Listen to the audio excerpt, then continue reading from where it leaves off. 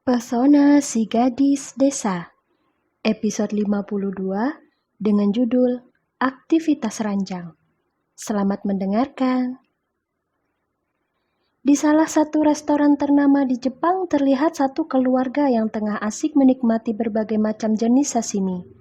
Mereka adalah keluarga Eiji, salah satu keluarga konglomerat yang cukup disegani. Matteo yang memiliki peran sebagai kepala keluarga terlihat begitu semangat saat menyuapkan sepotong sashimi ke dalam mulut istrinya. Sementara kedua anaknya, Kayo dan Fedo, nampak mencebikkan bibir melihat kelakuan ayah mereka, pria tua yang selalu membucin tanpa mengenal tempat. Tolong berhenti bersikap seperti itu, ayah.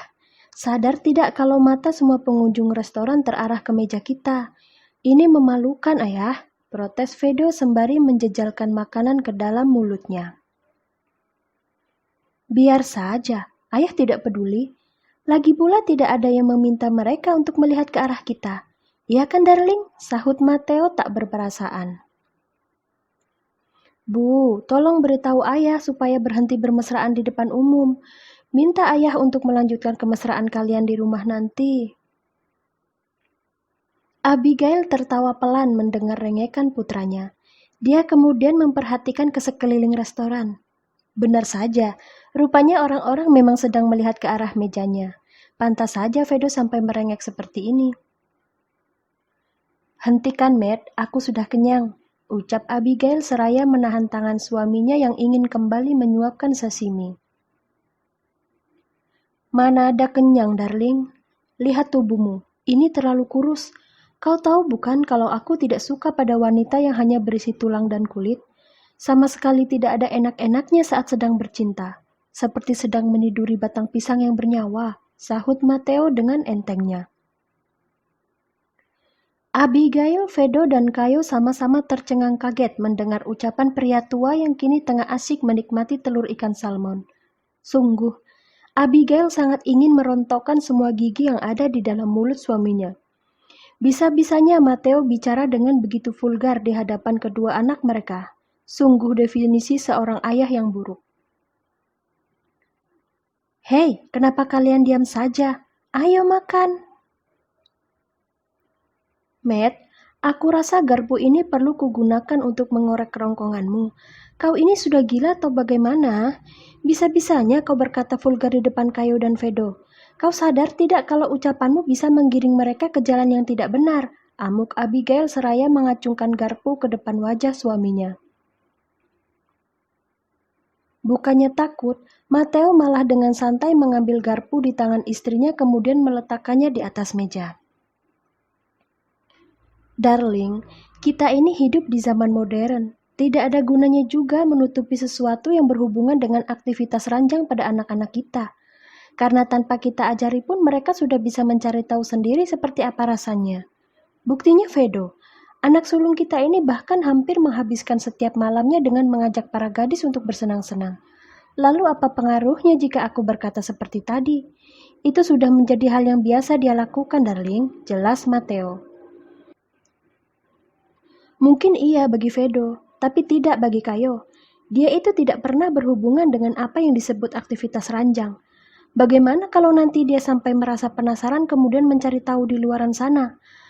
Mau kau mati di tanganku jika Kayo sampai tidur dengan pria yang bukan suaminya? Iya, sentak Abigail menepis ucapan sang suami. Hai sayangku, aku yakin Kayo tidak akan mungkin menjelajahi dunia desahan itu dengan pria yang bukan suaminya. Karena apa? Karena dia adalah wanita terhormat. Kau mendidiknya dengan sangat baik sampai-sampai tidak ada satupun pria yang bersedia untuk menjadi kekasihnya. Dan juga jalur yang dipilih oleh Kayo dan Fedo itu tidak sama, darling. Jika Kayo menggunakan jalur pemecah kantong semar, maka Fedo memakai jalur penggemuk tanaman. Lihat saja nanti kalau dia sudah menikah.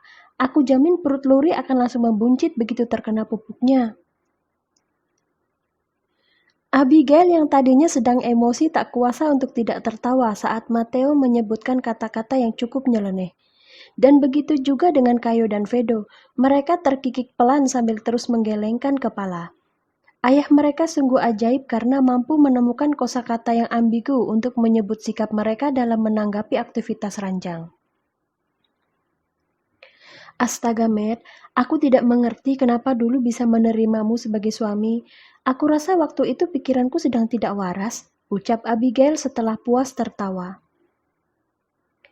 Inilah salah satu kelebihan suamimu, darling. Selain tampan dan kaya raya, aku adalah seorang ayah yang cocok untuk dijadikan panutan.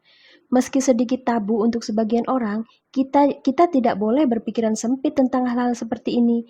Lebih baik Kayo dan Vedo belajar dari kita daripada mereka mencari tahu sendiri karena itu akan lebih berbahaya. Aku yakin mereka berdua pasti bisa memilah mana yang harus mereka jadikan pelajaran dan mana yang harus mereka praktekkan. Ayah benar tidak? Tanya Matteo sembari menatap wajah kedua anaknya. Aku sangat setuju dengan pemikiran ayah, Bu. Meskipun sedikit tidak waras, tapi informasi ini sangat berguna untuk kita yang masih muda. Jawab Vedo merasa puas akan pemikiran sang ayah.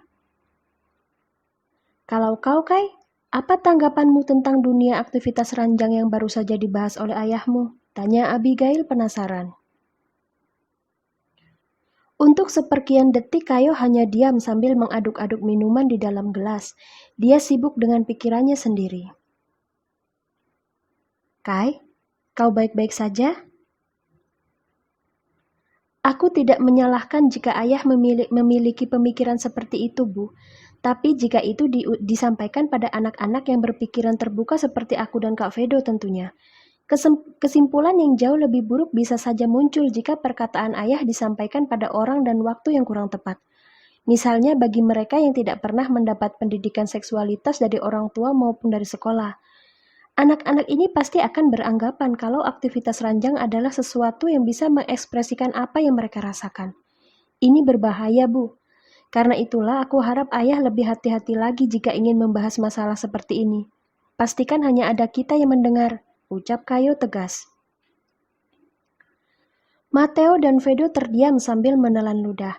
Yang dikatakan oleh Kayo ada benarnya juga kalau tidak semua anak-anak mendapat pendidikan tentang hal semacam ini dari keluarga maupun dari tempat mereka menuntut ilmu. Efeknya mungkin tidak sampai menghilangkan nyawa, tapi bisa dijamin kalau masa depan mereka akan suram jika kebablasan. Matteo sebagai pencetus kemesuman ini pun merasa tidak enak. Dia terlihat seperti sedang menahan malu. Bagaimana, Matt? Apa kau masih ingin lanjut mengatakan hal-hal vulgar seperti tadi? Kau dengar sendiri kan apa tanggapan putrimu? Tanya Abigail sambil menatap datar ke arah suaminya. Tentu saja aku akan tetap mengatakannya, darling.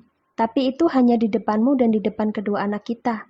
Aku janji tidak akan sembarangan menguap, sahut Matteo sembari mengacukan kedua jarinya ke atas kepala.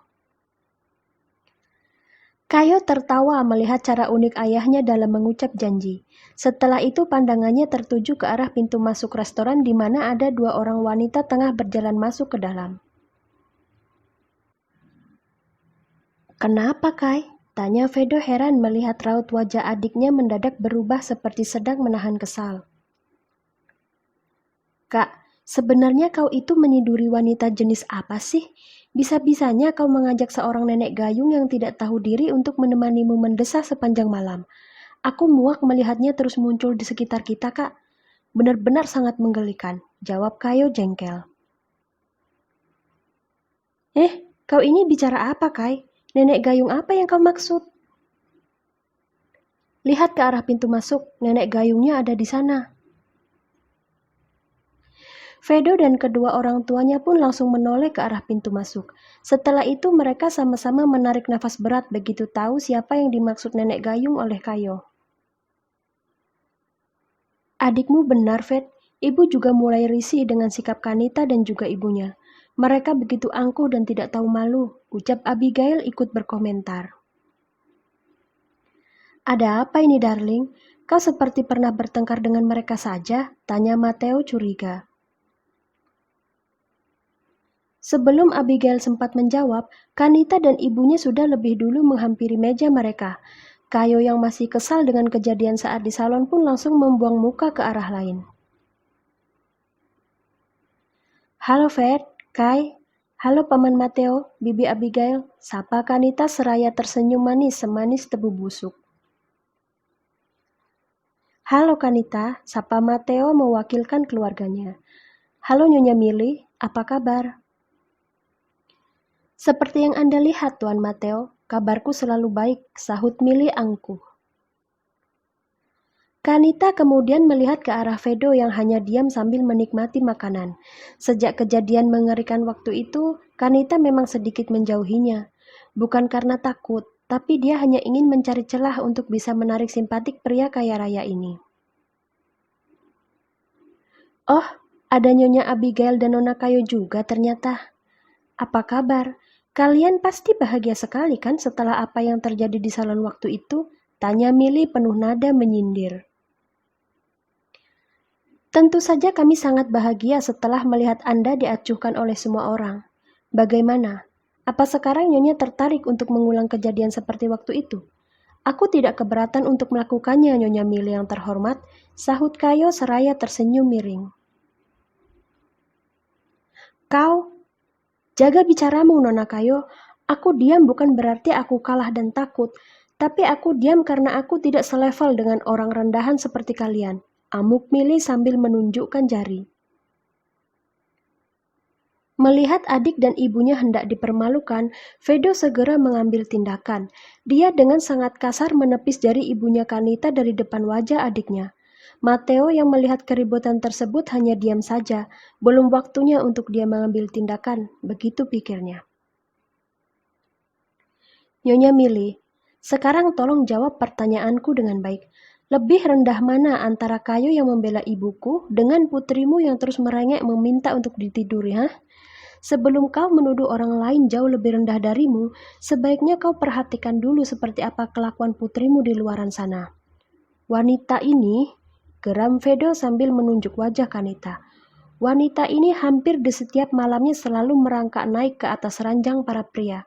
Dengan sikapnya yang liar dan tidak memiliki harga diri ini, kau berani menyebut adik dan ibuku sebagai orang rendahan? Kau ingin mati atau bagaimana, ha? Kanita dan Milly langsung mundur menjauh saat Vedo berteriak marah. Sadar kalau suasana sudah tidak mengenakan, Kanita pun buru-buru mengajak ibunya pergi dari sana. Dia tidak menduga kalau sang ibu akan berani bicara seperti itu pada adik dan juga ibunya Vedo. Benar-benar sangat bodoh. Ayah, ayo kita pulang. Aku tidak sudi berada dalam satu bangunan yang sama dengan kedua iblis itu, ucap Vedo kemudian bergegas keluar dari dalam restoran. Matteo menggenggam tangan Abigail dan Kayo kemudian mengajak mereka untuk menyusul Vedo yang sudah keluar lebih dulu. Dia sekarang tengah menahan diri untuk tidak menghajar anak dan istrinya Dominic yang sudah berani menghina martabat anak dan istrinya di depan umum. Dominic, aku tidak akan berbaik hati padamu jika anak dan istrimu sampai ketahuan menghina wanita-wanita kesayanganku. Aku bersumpah untuk itu, Dominic, geram Matteo dalam hati.